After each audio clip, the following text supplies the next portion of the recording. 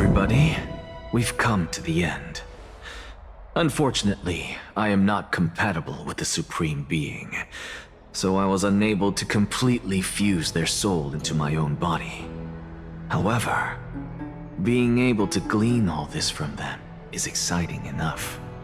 I'm certain of this now. Before the Titans that we are well acquainted with were born, a group of heroes roamed the land.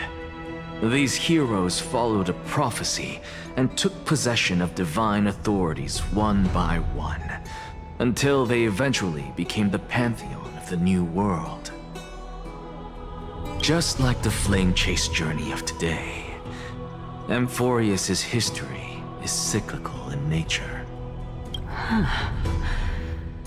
What a startling revelation.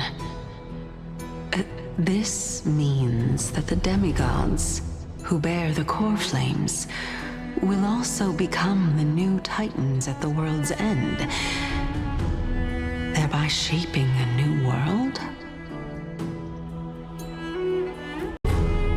I believe that this is the truth behind the Era Nova, as mentioned in the prophecy. This is utterly unbelievable. Besides, those twins in the past, even if they really are Thanatos, their whereabouts are still unknown even today. Are their whereabouts truly unknown? Didn't Polixia mention that seaside town, the birthplace of alchemy in the tale of the dragon? In our world, there exists a city which perfectly matches that description.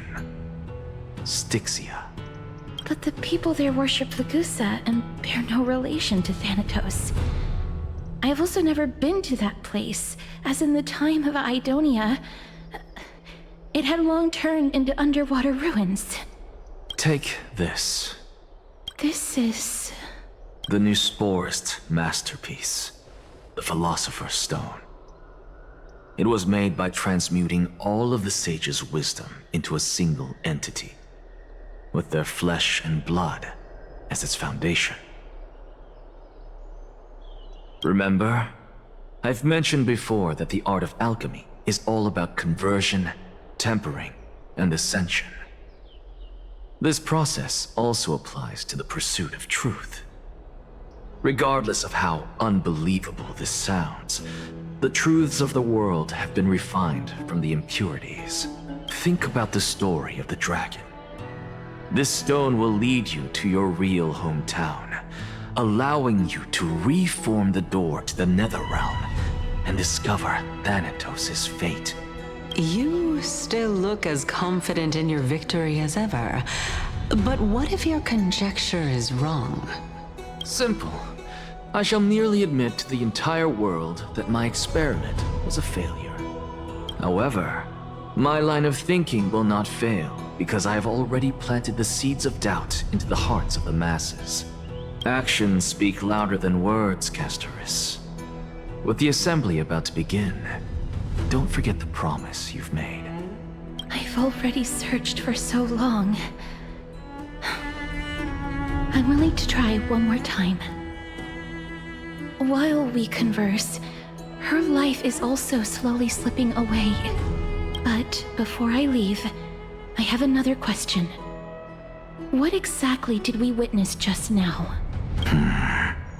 That was the world imprinted in Kefali's soul. If we are to prove its existence, you must take the final step. Go. Do not disappoint me.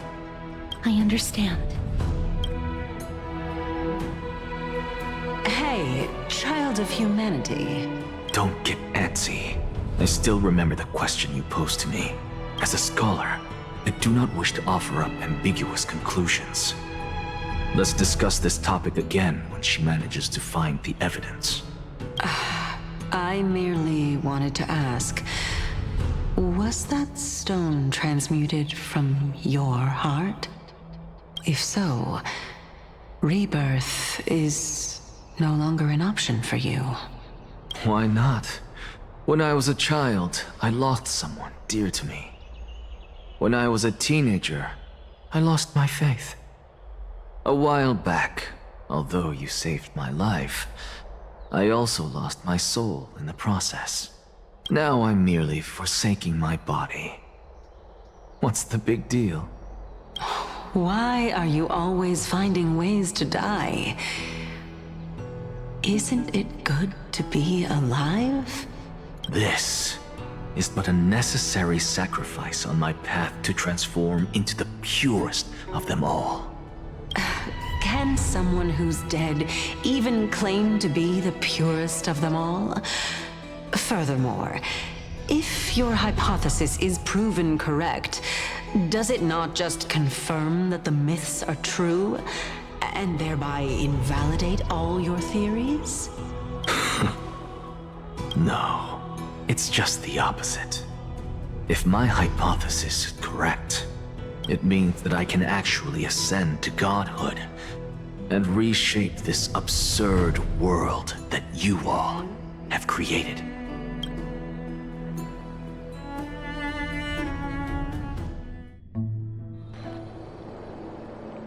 That's a lot to take in at once.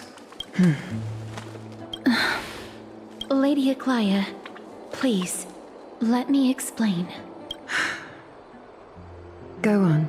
You know that the core flame of death has always been the greatest unknown regarding the Era Nova, which is why both you and Kindness desire to gain the power to control that core flame in the approaching Citizens' Assembly. Professor Anaxa has come to a consensus with Kindness. They want to suspend the trial once Thanatos' core flame is reclaimed, hoping thus to eradicate death from this world. If they're successful, then the flame chase journey will cease, and Akama can enjoy everlasting peace. But I know this runs counter to your wishes. So long as we do not usher in Era Nova, the Black Tide will never be eradicated. Even with Lord Mighty on the front line, and the Black Tide not posing an immediate risk, the danger nevertheless remains. Honestly, it's difficult for me to assess the pros and cons in this decision. But someone must bring the core flame before we can begin negotiations over it. The Titan could be very near. I cannot let this chance slip by. Besides, someone has to make this trip to bring back Mrs. Soul. Well said. You already had every reason to seek an audience with Thanatos. It's that great performer who has weaponized your wishes and placed us in this difficult situation. A world without death. Do you desire that too? If fate dictates that my path must oppose yours, I will do all I can to resist it and protect what I aspire to achieve. Lord Mighty showed me that without taking the first step, all talk of what follows is moot.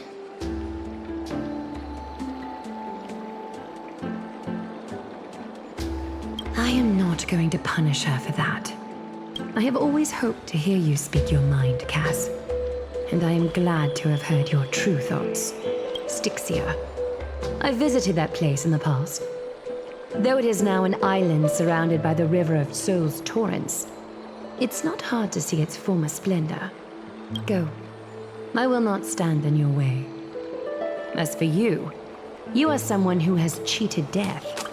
I believe you have more than enough reason to make the trip with Castorice and meet the god of death himself. Castorice, I too look forward to your journey. I wonder what kinds of new interpretations your completed story will bring to the Flame Chase journey. Thank you, Lady Aglaia. I hate to put a damper on this heartwarming moment, but if Styxia is now an island surrounded by the river of Soul's torrents, then how do we find a way in? Lady Trebe is probably... The answer is quite simple. In the myths, Zagreus once made the domain of the dead their treasure vault. That is to say, they could enter and leave the Nether Realm as they pleased. And if they could do that, then it follows that the demigod who inherited their divinity must be capable of the same. I'll see you at Memorial Palace at Action Hour tomorrow. Cipher shall be your guide to finding that ancient city.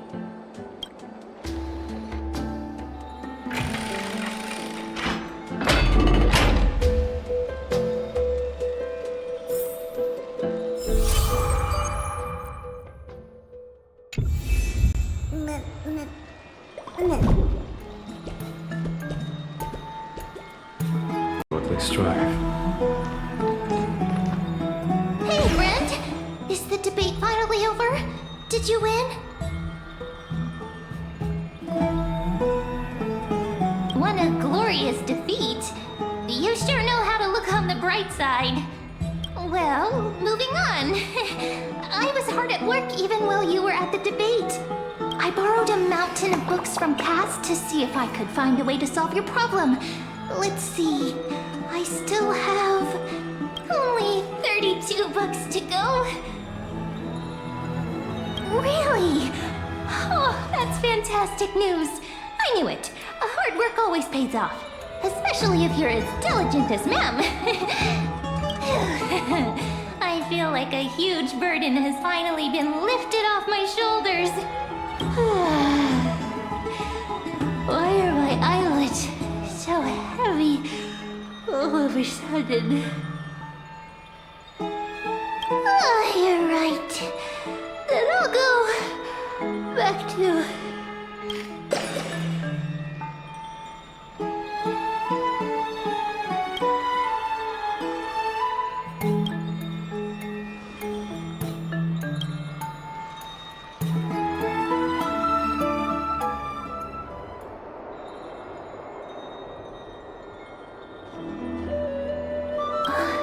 Cass? What a surprise. Lady Treeby, Is something troubling you? I just wanted to speak to Lady Trian for a bit before I set off. No matter how breathtakingly beautiful Styxia once was, the place is now the domain of the departed. There is no telling what we'll encounter there. I don't want to have any regrets. Has anyone told you that your eyes are sparkling today? Is that a figure of speech? In the past, when you did smile once in a while, all of us could see that your heart remained troubled even as you smiled. Lady Treeby, you know perfectly well that see you tomorrow is nothing but a white lie. I hope your toughness is not a mask hiding a lonely heart. Cass, you hardly ever talked of your past. None of us knows what you went through, apart from Maggie. But we know it must have been filled with pain and hardships, as it is the fate every Chrysosaur is destined to live out.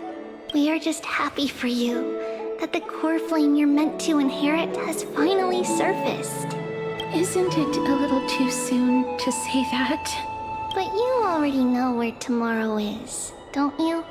There's no need to rely on anyone else. Just give it your all and leave no regrets. We have always believed that your embrace is just as warm as everyone else's, because we embrace others to comfort them.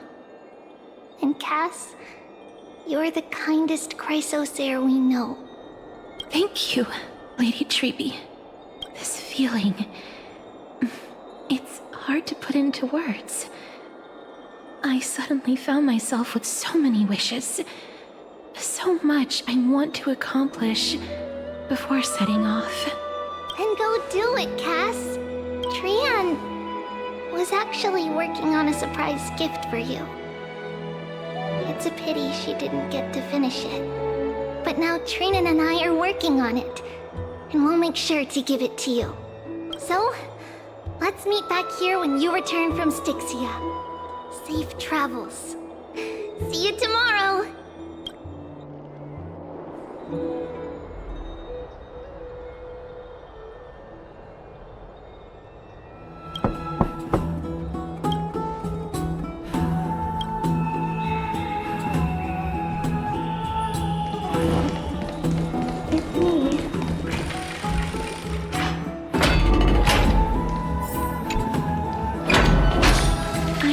I didn't wake you. Huh? No. No. I'm here because of private matters, actually. If it isn't too much to ask, I'd really like it if you could come along with me to retrieve something. Aren't you going to ask me what it is? It isn't a long way from here. Shall we? The streets are packed. It seems the vote to pause the flame chase journey has begun.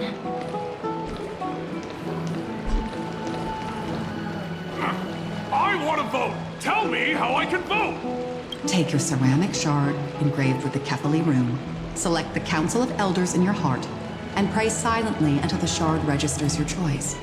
Then toss it into the Dolium. The Council of Elders? More like the Council of Buffoons! The Black Tide took my hometown long ago! Who are they kidding with bringing back Arachrysia? It's all a sham to create their own Arachrysia in Akama! The Titans are just. So long as we do not overstep our bounds again, we will not incur divine wrath. Oh, please. The time when these deranged Titans should have vacated their spot to the demigods is long overdue. You'll see soon enough, you old bogey. And I pray that Talantan smacks some sense into you with their scales. We shall see how this turns out. That was quite a spectacle. I suppose peaceful is technically correct if no actual violence happened. To this day, I still find it almost unreal that Akama is the only place illuminated by light amidst the crumbling ruins of Amphoreus. And its people are even holding votes to reconcile differing opinions. This peaceful sight is making me forget that this is the end times.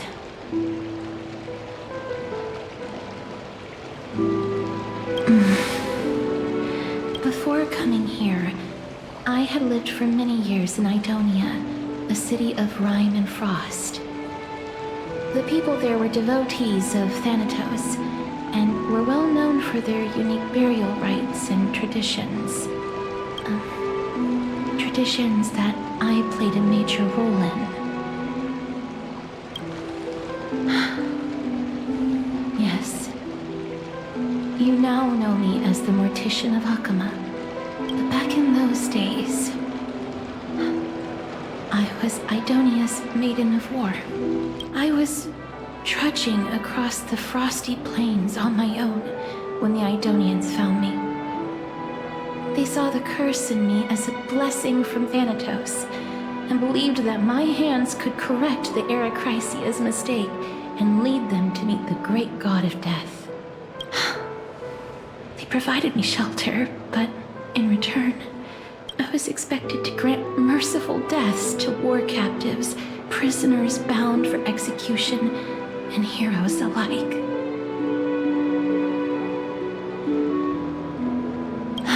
Yes, no matter how kind or cruel the means, nothing can change the essence of death. Taking away someone's life is never worthy of religious worship. I can't do it. Their voices, they pierce my ears. The pleading, the thanks. I know that feeling, child. I was once as lost as you are now. But you must respect those walking towards death. Just like how you should respect yourself as the Holy Maiden granting humans glory and liberation. What you're asking me to do is no better than the task of an executioner. And yet you want me to respect myself. No matter the titles, I am still taking away human lives. This won't be the first time that Adonia's fanatical nether warriors have faced death. On the contrary, recruits new to the battlefield often run away from their first fight. Death is the mightiest and gravest power in this world. The fact that you can wield it means you are deserving of respect. That's such a twisted reason.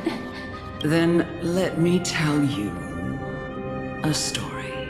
In Idonia, the great swords commonly used by executioners are called Draconian, in memory of Drakon, an elderly executioner. The sword has 3 air holes along its body. If the sword is swung down swiftly and accurately, the holes would make no sound, and the executed would also depart this world quickly and painlessly. But should the executioner have any hesitation, the holes would produce a piercing whistle. On that cue, the screams of the executed are sure to follow. Every executioner after Drakon is to hone their sword skills every day in preparation of future executions. Every swing of their blade must be more resolute than the last, for failing to do so will bring pain. Pain for the dying, as well as pain for themselves. No. I can never get used to this. You misunderstand, child. I am not telling you to get used to it.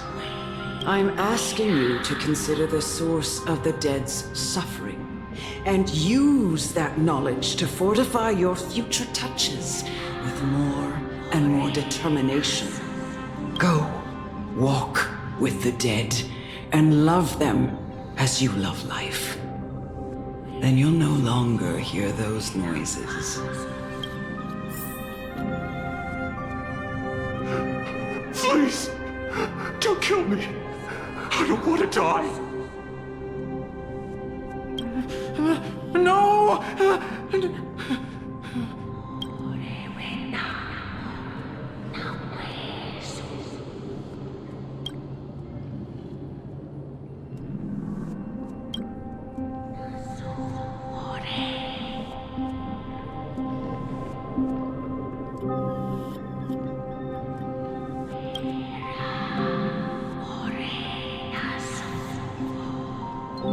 May you gain some insights through his sacrifice. Is this all? No. Come with me. This is just the beginning of your life as the Maiden of War. You executioner!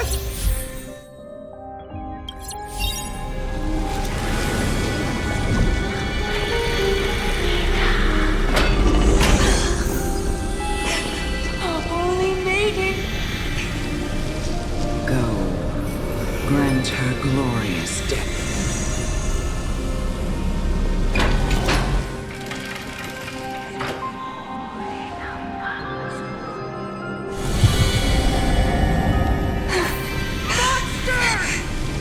Thank you. Do it then, executioner. You heard him.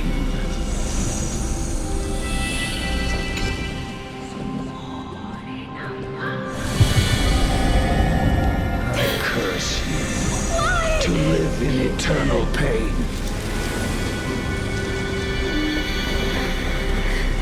Please. Grant me release. You know what to do.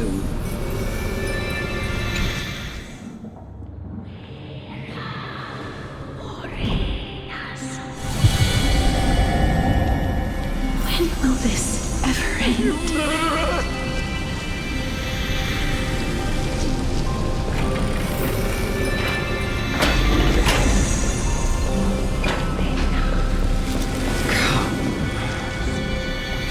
Fulfill your duty.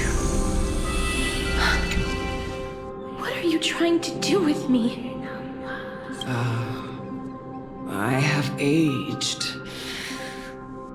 The time has come for me to heed the summons of Thanatos and journey to their domain, the final resting place of every Idonian. You're not that old yet. You still have many, many years ahead of you. No. I'm already dead, or I have come to fear my declining health and impending death.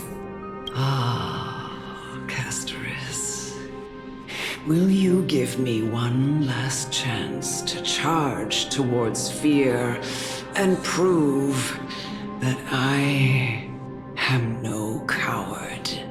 I can't take this anymore! Child, it was I who brought you here from the frosty plains and set your farcical fate in motion. It was also I, Chief Executioner of Idonia, who forced the heavy duty of executing others onto you. I've always known that you have doubts and even anger about my faith and about me. I never had a choice. Indeed. We essentially abducted you. Yet you can end any sinful life with just a touch of your fingers. Shouldn't it be easy for you to escape from here? I'll never do that. It doesn't matter how lightly the Idonians take death, or how readily they accept it. I simply can't do it. I knew I was right about you. What do you mean? I've taught you and cared for you as my own daughter all this time because of this blessing that's been with you since your birth. I know no one else in the world would understand the weight of life and death more than you do. In the eyes of an Idonian, death is the end of all life. A destination we will all eventually reach. Humans should not resist it, but learn how to face it. You can only live your life to the fullest after understanding this principle. And when you do, even if you eventually leave Idonia's protection, even if you must carry the curse forever, you can live with your head held high, like everyone else. No! How can I? Come now. It's time. I've already taught you all that I know. Show me that you are a fitting holy maiden. Or at least that you possess the resolve to become one. Come now. It's time. I've already taught you all that I know. Show me that you are a fitting holy maiden. Or at least that you possess the resolve